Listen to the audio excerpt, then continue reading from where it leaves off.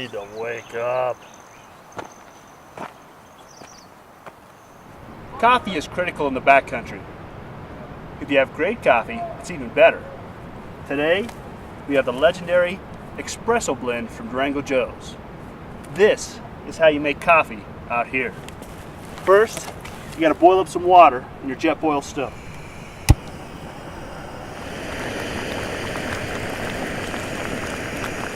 We're using a French press today to make our coffee.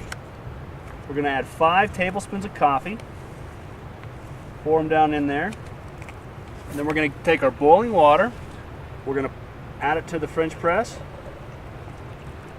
put the top back on, and then we're gonna wait about 4 minutes and our coffee will be ready.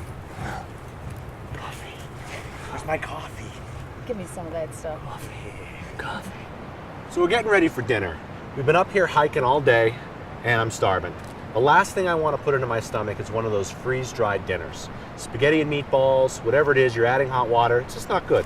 So a few years ago I learned this trick where you take a pork tenderloin the night before. You marinate it, whatever you want, soy sauce, Worcestershire, sesame oil, and you stick it in the freezer. And what you get is it thaws out all day long, so by the time you get to camp, you have a nice defrosted pork loin.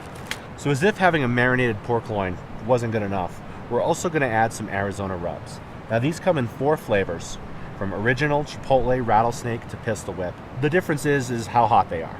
Now we're going to use the rattlesnake today because it's just the perfect amount of spice and it's my favorite. You know, you could bring salt and pepper and everything else into the backcountry, but at 3 ounces, you really can't go wrong with this rub. You use all natural sea salts, and there's no MSG or anything. So now we have a nice even coat on the pork loin, and we're ready to wrap it in bacon. So we're gonna lay down the bacon, just peel these strips off.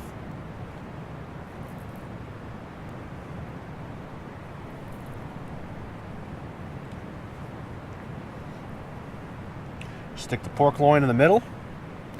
And we're just going to bring it up, just like that, and toothpick.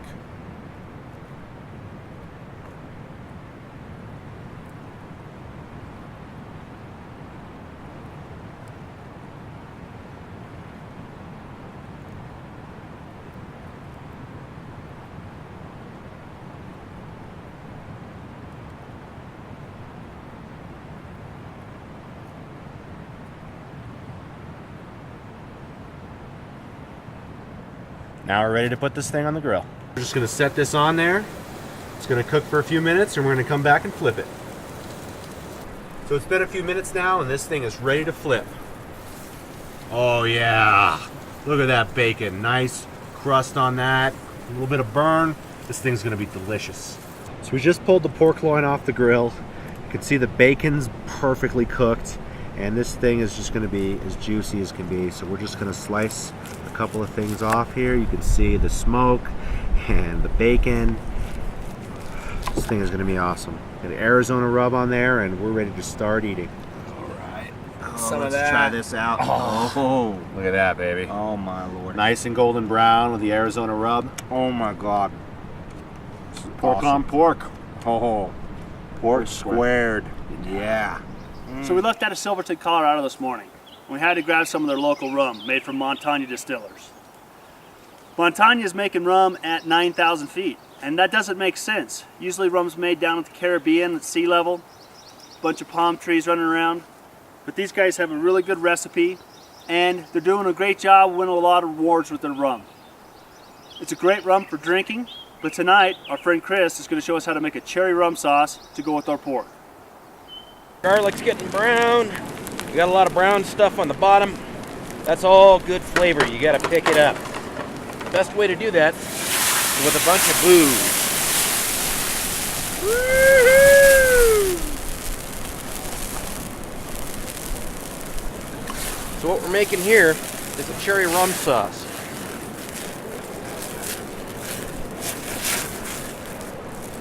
Get a little flame going, keep it going. Add a few cherries.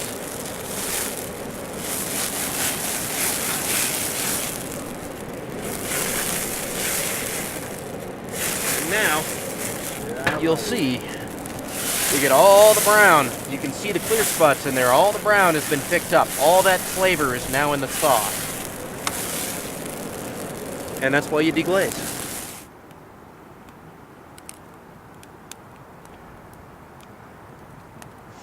How long did it take Todd to get to 100% Python last night? Roughly an hour and 45 minutes. The scale is actually pretty fine-tuned. You know, within 40 minutes, about 45 minutes, Todd was down and out. I think so. I think there's the Python level and then also the walking level. Got to monitor both. Walking an accent? It's not really from a different country. The boats are rigged, ready to go. The plastic buckle on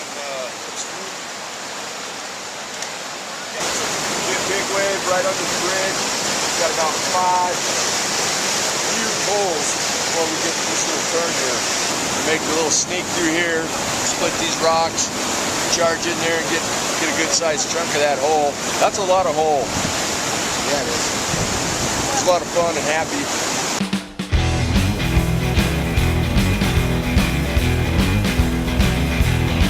I went out last night and I got drunk. I might not be as smart as you think. I was out at the bar till 2:30. While I was on the floor, I was thinking of you, baby.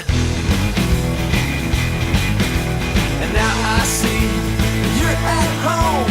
But what were you doing while I was gone?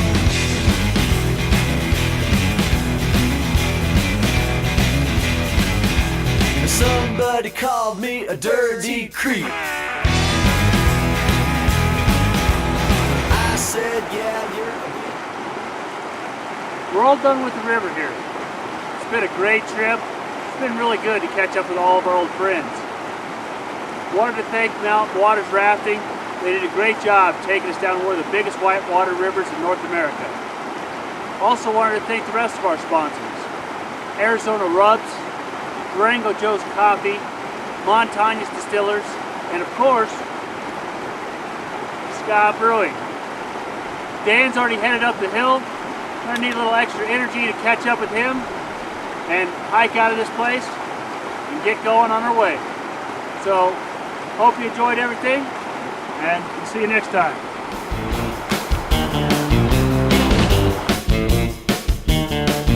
When I ride into the city, I get up off my horse. I step in horse hockey. Horse hockey on my boots. Horse hockey on my boots. Yeah, yeah.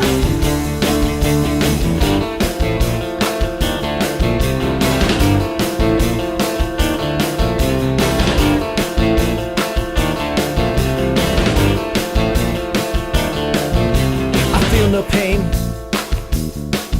and I have no shame. I feel no pain, I have no shame. Feel no pain, I have no shame. Hockey on my boots. I feel no pain, I have no shame. Feel no pain, I have no shame. Hockey on my boots.